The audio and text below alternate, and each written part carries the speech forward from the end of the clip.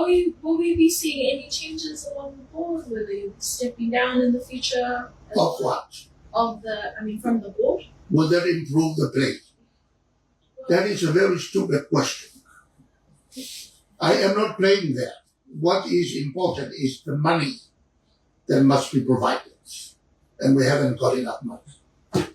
That comes from the government.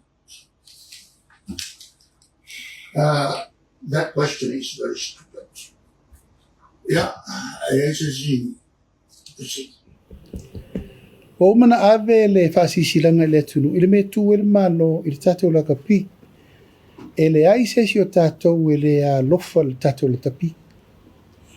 So se Samoa pe alii pe tamaitai, o le tātou lea tālonga e se pele mo tātou peita. E ele me tātou na whai, le lava na u tāua. O whea le wo o ile tātou la kapi. O whea le levo le wo o ile tātou la tapi. Tai tō fitu, sulima, awatama, awatene, wa tātou wo le mawa lalo. Sa tātou le mawhauwhauina. O le mawa lalo le la tātou wo, ia tātou na tātou. Tātou taunu unga pito i siri na matau tia o whai unga. Tātou malo le World Cup, tātou malo isi me o peita. E leo le leile tau a veino le pulenga. Visa i tupe, leilo loa tupe. Tuturi tamata alo, tuturi coaches. E le leile tu langa le tau a veino le ingoa o le tātou au. Ia. O leo alu lava u whātua maisi i tālonga fau. Mona Pasifika. E fo le loma maisi uni fau. A whel tātou manu Samoa. O le lana ofa mai Australia le tupe le fa 5 miliona i tausa. O se tupe te le tele. Au o mai la Australia. O mai le malo. Te direct sa o le malo. Fe mai. Le malo. Saini le malo. Ona mai le tupe. O loo fai te ngal te mini. E saini le malo. Ona avele i o. O fe tu e le malo le pui pui. Nga ma le vai ngor tupe le. O le tau te vai te mini, o le o tu langa le leile pulenga i me tau tupi. A fai la e wha manino mai Australia, a fai e pulea le malo, o le wha sosoina le tupi. Wau talia. A e te taula, o na wha wasenga le pulenga e ave le tupi. E o wamari miliona lata lu miliona le tupi le ave le malo i tau sangompa. O le result o tato mo. Pai wha le tonu. O le pulenga, wa umana fai sa o lava upu plestene, fio ngā namula uru sa miliota. Sui le pulenga, o ese umal porkiki rai to tonu o ese. Tu le lakapi ia i lato o esa ta alo. Ma esa i ailo lato teritununga o lato e wha le leia le kalonga lakapi. Le lai fatat, toa tātou le saini. Ke langolango inga i al fai uma le palmia o ingi, o le kaofi inga leo le kupe. Le 5 miliona le waku le wapi. E mafuanga. O lau kali lea o ngai. E waipe e fua lava i le kulanga o ile kapi. E waipo the end of the day o Samoa lau whafonga mai kapusingi alawa o results. Le wala o whamaungia me umalava i kulanga o ile 7 ma le kako 15. E le ise mea le singai le kamwhai o alon whanau o la tunu. A pia fo i la kōlo whai a onga mea umana. A pia o mele kake me kawinga o whainga o la kōlo o whai a kong whai unga mea uma. Ia wa e alwa wako e fo i development. Ia o le kakufisiri o ia whai a po kalame ma kongo o mea ngi. E sao mai lunga le ia la kōlo whai a kongo po le poa.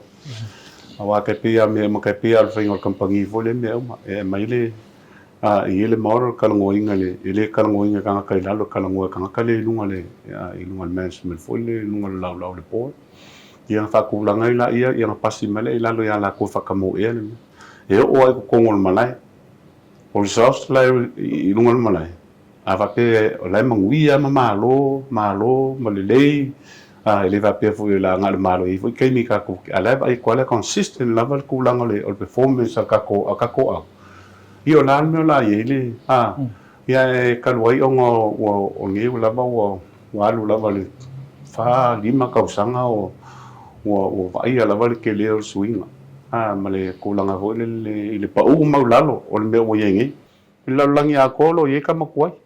Whakekainga ia o Perkangia ma Europa o lo ye al sunga ia Badland. Ia ke ngai right now. Badland is one of the top coaches i o Perkangia. Saka pikengi fo. Ko kele ku mai I Dubai o lo ye al sunga ia Apollo Berlin. Ka ngangi fo iswa fa la uso. Fa swa fa ngai ai. Ia o Apollo le fa ia development na. Al ngai ku o langi ako. Kanga ka o ye al mafofau ma le kama o ainga. Il kulanga le lo mal sila fia la kapi. Pela o ya mako malama lama ai kul mele I Samoa. O po fia la vai la lai I Samoa. E au ngal ba ai I Samoa. La kapi Samoa makulanga me A fa pe vo la fa le kong le au. E mafakia I o mako. La ngonga vo fa ngonga. Ma kele vo sili. O lan me o kup. Lan ma fuanga lan mo fa pele. Lan me o e consistent level le usi au ka ko e pa ua la. So penga fa so ia fam kalanga o ngia me o mai fo I lava I kanga ka lo fia kong. O kupe vo la le o silingia ngia le o ka ko. Lo sil fia fo e Samoa mala langi a ko so so ngi fa ka kele a Australia. Ngi kupe len kama I kupe. Salarum fulu milion. Ia le ko fa ka dina fulu milion ia Samoa o fiki makonga. Ko le anga mangingo sa ngoanga ale alpania lo yenge ia lauli. Wa ku lava uma kalangoa I yungi ke kasi umai I ulu yungi ke kasi umai Samoa. E ola ko sa la pule. Fai la ko ia kulanga o le mea. So la pule la ko ia. Kusa fa fingo fia nge me Wa penga fa kula kala ia fa pupua. A fai wa fa lima ka usanga ele o alu lunga ka ko au la alu la. Visit ko ngwa ia. Lan mafua. Ia kia au ia penga fa ia ko e vakualo ia mga ko kasi au ia ka makuai al mang Samoa mal ples kenge po yung lem soba po le mang Samoa boso jesen ia ingipsil.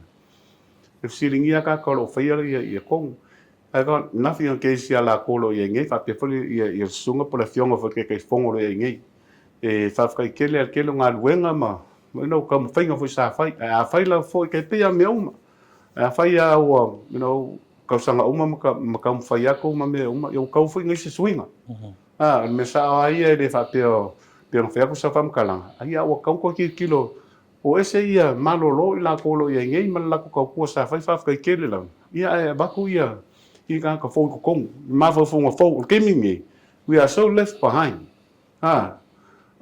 O le la palu waka ko politiki ngai ma fai fa pe ngai sa mo me ala la mama wa ya le o a kungu le luma le World Cup ko sa fo the only less than 12 months to prepare I ka ko how can we prepare a team for the World Cup fa pe ngai e fai ngai me e mor ke le kul fa ka ke le pe no fa ya kul ke le fo yo I la fionga fo ke fongo la fionga aktua e pa man la ko lo yengi I le fia se fulu ka tsanga ko o fai la ko ku man ka fai ai o wo me fo ngi ke ki o ye fo swinga ma ki kilo fo ele o ko ma le o le ku la ngolo ela ka pi pingo fia fo ka malongo lo sui ai lo ia mga ku ngam me fingo fia me pa fa pe ke mi ule lava ke le io pengo fa ku kam kwai le mong Samoa lo yengi ka apel lo langi o fa ia onga so e kusi e fa masingo so sko inga kangaka